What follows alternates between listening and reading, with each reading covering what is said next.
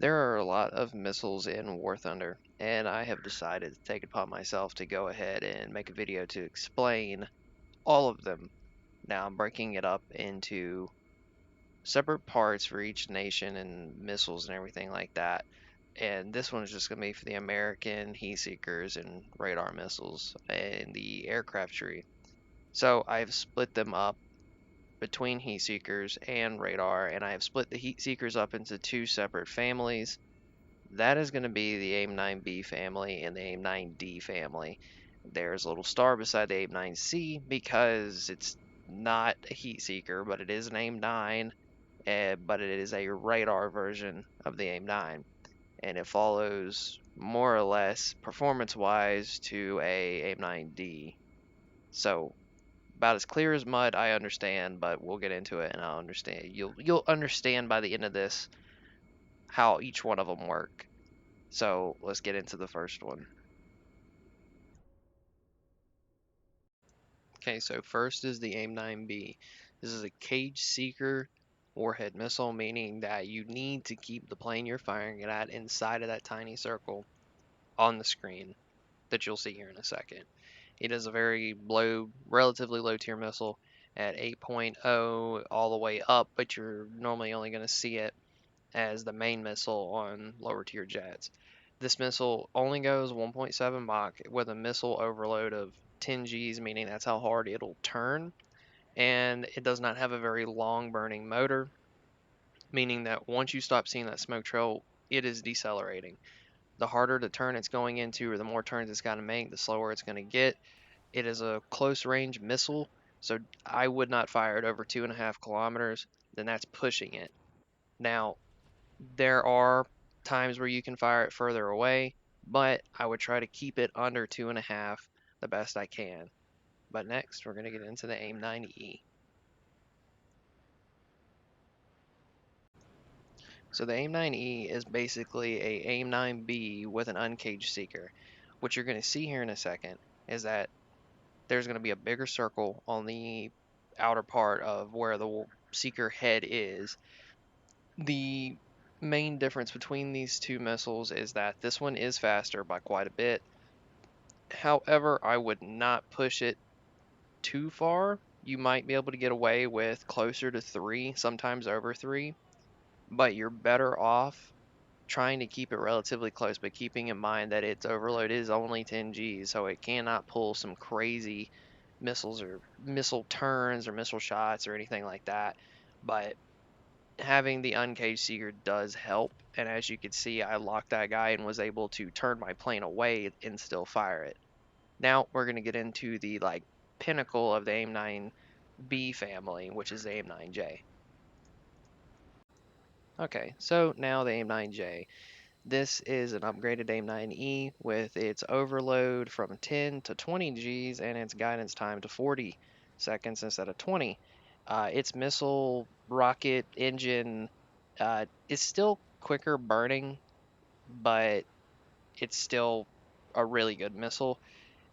As you can see, I was slaving it to the radar, which basically is telling that missile which target it needs to be targeting instead of, firing it and it going straight to a friendly. So if you have people that are flying around in front of you, this would be a good way to prevent yourself from doing it. And as you can see, when I fired that missile, it came off the rail quick and turned immediately. You can get away with more with this missile than you could with the Aim9e, but keep in mind there are better missiles in the American tech tree, but the Aim9J is still a really good one. The Aim9P is the export version of the Aim9J. There's no difference between them as far as I'm aware. They have the exact same stat card, and what I could dig up says that they're the same thing. So this second one I'm locking on with the radar and slaving it to it and firing it. But yeah, so now let's get on to the Aim9d family with Aim9d and C. Okay, so on to the Aim9d family. These missiles pull a lot harder and track for a lot longer than the Aim9b family. As you can see, 18 Gs on both of these in 60 seconds. Now, I'm including the Aim9c and the Aim9d in the exact same clip because they're only on one plane. Well, the Aim9c is. The Aim9C is only on the FAE as far as I'm aware, and it's not a bad missile. The Aim9D is which I'm firing right here is a cage seeker. I'm pretty sure back in the past it wasn't, and then they changed it. I could be wrong with that, but from I was playing the FAE and I, for some reason, remember it not being a cage seeker. It doesn't really take away the performance other than you need to keep that target inside of the circle instead of being able to lock them and turn and basically lead the target. But you can get away with a lot more with these missiles than you did with the AIM-9Bs because you can fire them at a further distance and they lock relatively quickly, and they also turn a lot harder than an AIM-9B or an AIM-9E. They don't turn as hard as an AIM-9J, but they do have a longer guidance time. Now, the problem that you might have with the AIM-9C is the problem that I'm having on the screen right now, where with radar missiles, you have to lock them at the radar, and then you have to turn on the spool up the missile. And if the circle that you're locking onto the target with is not red, do not fire it because it will not track. When it's red, that means that it's good to go and it is going to track as soon as you fire it. Now, there is some stipulation to that because some missiles are a little bit different, and I was pushing that missile with distance, and you can see it didn't make it. So now the second one is doing a lot better and is going to hit the target, but shooting one over 4 kilometers is something you could not do with an AIM-9E or an AIM-9B. So let's get on to the next one.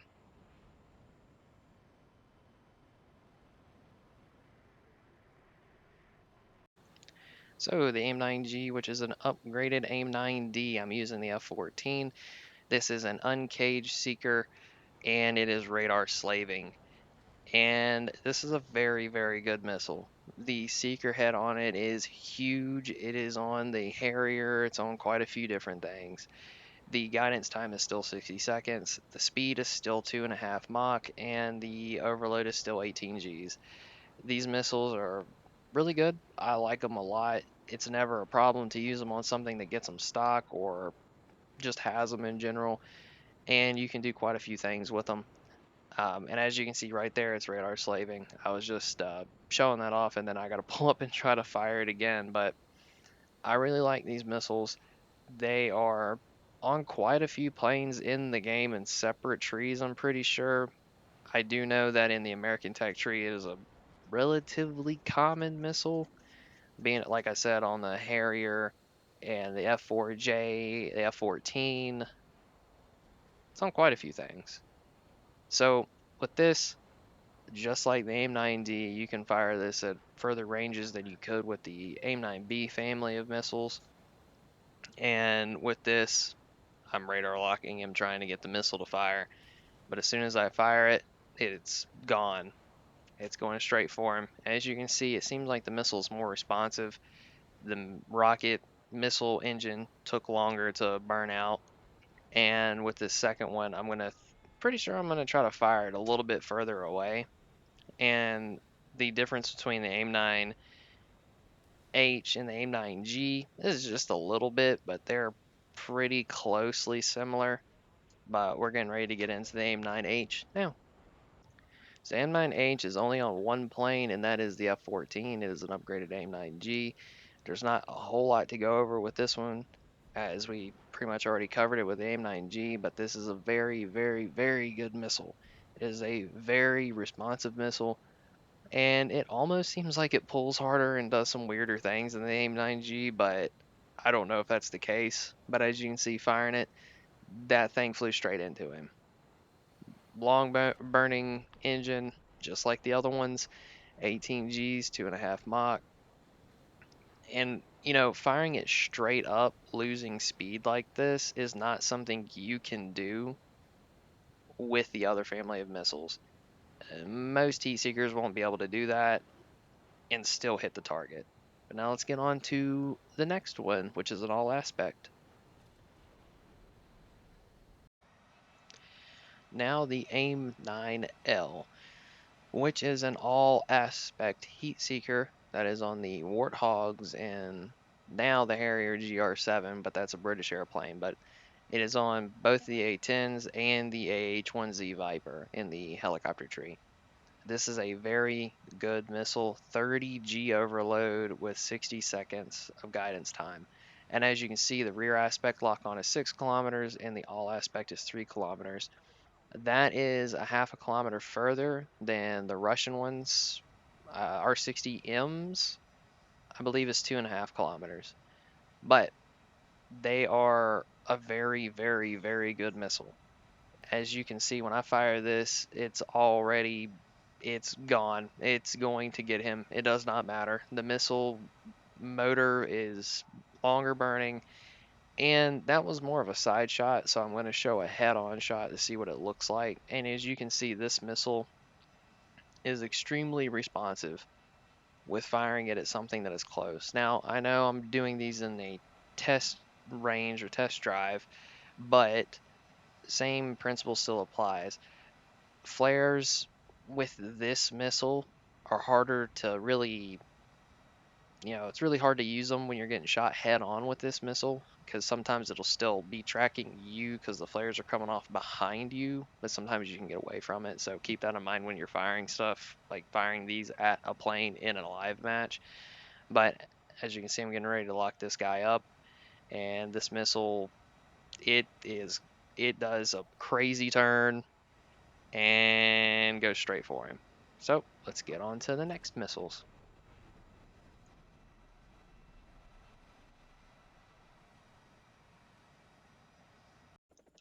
So I decided to include the Stinger. It's kind of off by itself and it's only used on helicopters like the Apache. It is an all aspect missile with a long range on it. It has an ECCM, which is an electronic countermeasure, and 10 G's not crazy, but it does some really weird stuff. But it is not really a good missile, as you can see.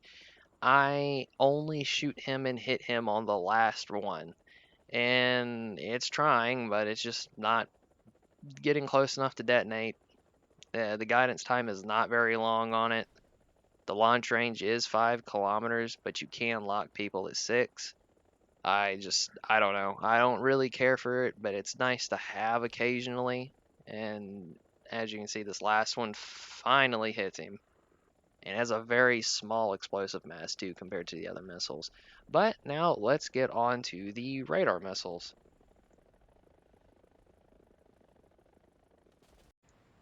Okay, so radar missiles. From here on out, the missiles are going to be called Aim-7s up until the very last one.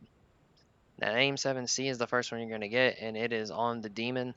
It is a very basic radar missile. It is not that good, but it is really only as good as the radar that the plane has. Um, it's not that it's not capable. This thing tends to have a lot of duds, and you'll see what I mean when I'm shooting this because I carried 4 just because I knew that was going to happen. The problem is that with this missile, even though it's red, I'm not going to fire it because I know it's not going to hit. The earlier Aim-7s tend to have to be flying straight for about a kilometer, give or take, and then they'll start tracking like that, as you just saw. And it completely missed. So I wouldn't be firing these at super long ranges either because the guidance time is only 20 seconds. And all of the Aim-7s typically have a higher explosive mass than heat seekers.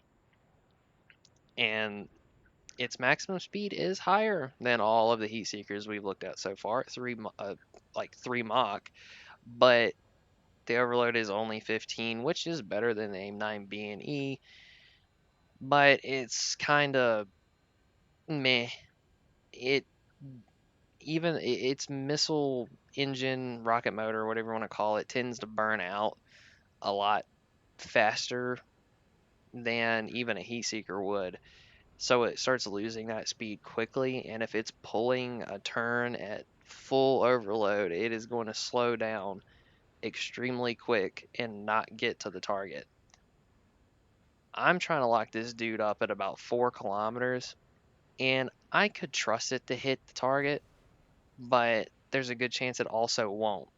And there's a dud right there. That was red when I fired it, and it just decided to not track, period.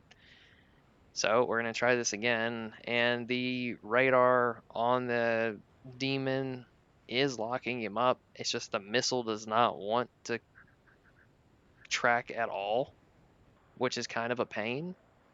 And you're also going to see SARH under guidance, which means semi-active radar homing, which means you need to have the radar locked on to the aircraft you're trying to shoot down the entire time until the missile connects.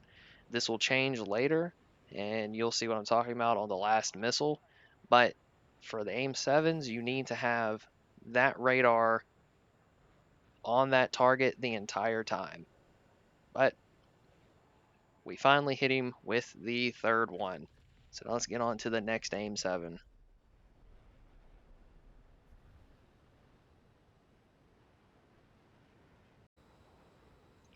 So the AIM-7D, which you will be seeing on the first Phantom, is a relatively good AIM-7. It's not the best, but it is better than the AIM-7C. It does have like a longer launch range. I wouldn't really push it too far because of the same reasons I listed for the AIM-7C, but its guidance time is 40 seconds.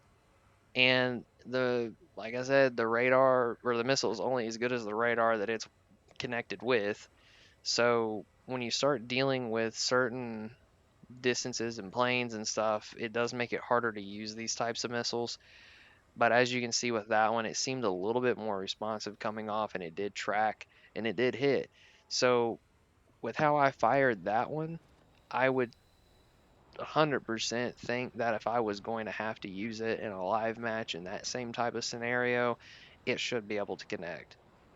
I don't have a lot of issues with this missile, but you will see some missed shots in this clip of firing it straight up to see if it would hit the MiG-17 that is higher up in the air. And I am pushing it right now at over 5 kilometers. Um, that is, if I was above him and I was going a lot faster, I would say it would 100% hit. But with it being this far out and shooting up, it won't. The one benefit you do get with this one, it does go a whole 1 Mach faster than the AIM-7C at Mach 4, so it does help, which is very hard to outrun. You're not really going to outrun it, period. So I shoot another one, and it is definitely not going to reach that plane. It is still kind of gaining on him, but as it starts trying to turn to lead, it's not going to make it. It's eventually going to blow up kind of behind him. I believe I get him on the last one when I get a little bit closer to him. But when you're trying to trail a target like this and they're actually getting away from you, I would not fire one of these missiles at all. I would just try to reposition and get in a spot where you're going a lot faster and you can basically count on it cutting them off. But at 7 kilometers, I would not fire this missile at all. And I don't fire it until they're turning and I'm starting to come in onto them pretty quickly and I have my speed up. The faster you're going, the more it helps the missile and the more likely it's going to connect with the target. So I've locked and I'm still gaining on them. So at 5 kilometers, I can almost guarantee that missile is going to connect with that plane. And as you can see here in a second, it's going to do that. There we go. So let's get on to the next AIM-7.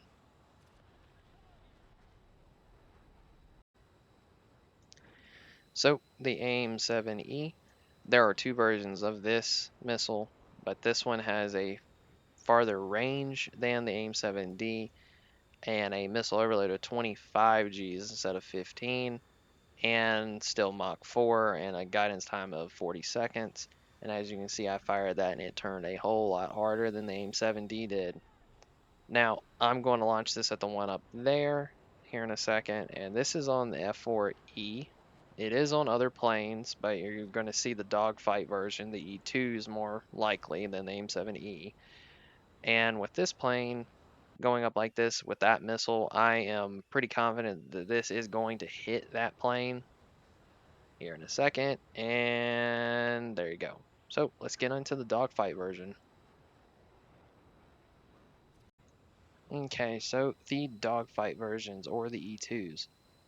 Now, this one is meant for closer range than the E's, but you can push them out further than you would fire a Aim9J, for example. Now, I am about to fire on this guy. It takes it down to about 4 kilometers when I'm able to find it. It's going to lock in a second. There we go. And as you can see, it's coming off the rail immediately and turning and going straight for the target. It is a gets up to speed very quickly and was able to hit that target pretty fast. And like I mentioned before, you need to understand that the missile is only as good as the plane it's attached to with the radar.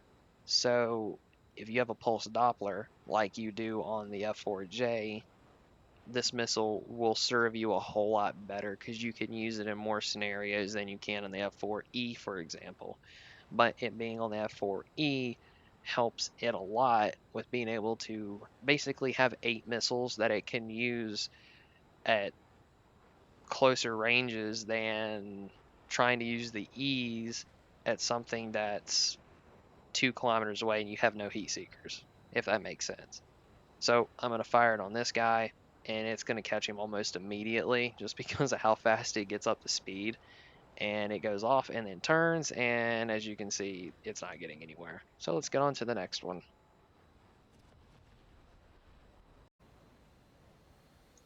Next is the AIM-7F. And these missiles were changed compared to where they were when they first came out. As you can see, they are Mach 4, and they used to not be. They used to be Mach 2.9, and they would have to travel a bit before they started guiding, which made them objectively worse than the E's, and specifically the dogfight, because it made it really hard to engage anything that was closer. Now, it was obviously meant to fire at things that were further away, and you can shoot things that are up to 30 kilometers if they're not really maneuvering, and you could engage things up to 15 if they are, just because of how far the engine goes before it burns out, and the guidance time is 75 seconds. Uh, with the F4J, I do have like a little kill montage that I made a little while back of me firing it, and I shot some pretty far missiles in that one and managed to get kills. But as you can see, I'm already engaging things that were way further than I were with the, or way further than I was with the E's. And I'm going to include a little bit of extra time with this missile to show you some things that still like how this thing works. And this is still like the other ones being a semi-active radar homing missile, meaning that you need to keep the radar connected with the target the entire time, or it's going to completely miss, or it's going to just explode. Um, you still need to pay attention to the lock on circle that's on the plane, and it needs to be red.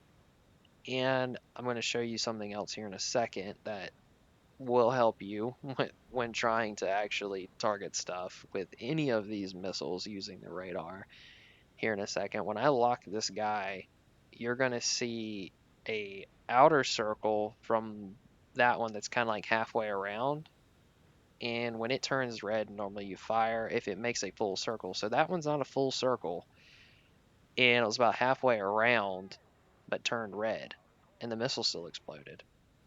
That is its, I don't know, connectivity to the radar lock, if that makes sense. So I fire another one, and it's going to connect.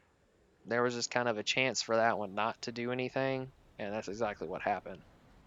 So the next clip I'm going to show is firing it at further distances, and I'm already going to fire this one over 10, well, right at 10, which is still further than I would have been firing dogfights or the E's in general, but this one's turning, missile still going just fine, and it's going to explode.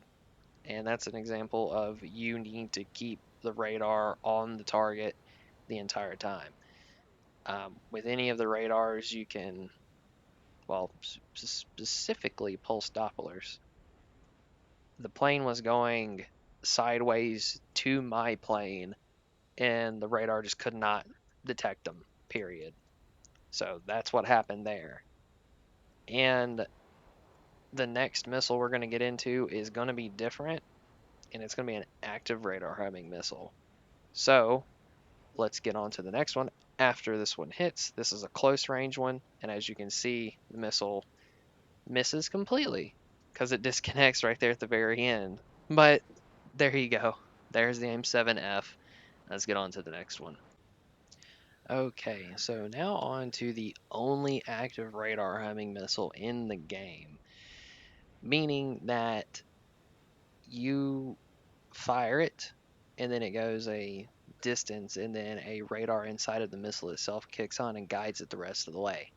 This is an extremely long range missile and it works with TWS, which is track while searching. And as you'll see it working in clips of this, um, these missiles are way, way, way different than the AIM-7s. And this is the only one in the game, the AIM-54A. And it is a really, really big missile. It does go faster when it gets to its top speed of Mach 4.3, but its turn speed or overload is only 16 Gs. Now, you can lock things up further than 20 kilometers. I don't know why in this test flight I was having issues with locking on, considering that I never do in live matches, and normally when I'm doing this, I don't have to when I was testing them when the F-14 first came out. But I'm still going to be able to fire this a lot longer distance away than when I was with the AIM-7s. And one thing you'll notice about the AIM-54 is that it comes off the plane a whole lot slower than the AIM-7s, and it takes time to get up to its top speed, but its engine lasts forever. It is very easy to see this thing coming for you in a live match, and as you can see, it is connected. So I'm going to try to fire this with the TWS, and we'll wrap this up. And this thing has a huge proximity. It actually just recently got changed to 20 meters. And since it has such a high explosive mass, if it goes off anywhere near a plane, it is going to kill it. But I fired this with the TWS, which means I'm not actively locking onto him. My TWS is just tracking him and still searching, where it's still detecting planes. You can detect multiple planes at once with it and lock this missile onto it without having to hard lock it. That's why you have like 4 corners instead of 4 things. But as you can see, it hit him. And that was way further than I shot the other missiles. So I hope this helped a little bit. I'm going to be doing other ones if you like it. If you want to see something different with how I structured this one, please let me know. Um, I just wanted to make something to help people out. And I know these are very basic ways to explain these missiles, but it's easier for me to explain it that way than try to get really in depth with it. But anyways, guys, I will see y'all later.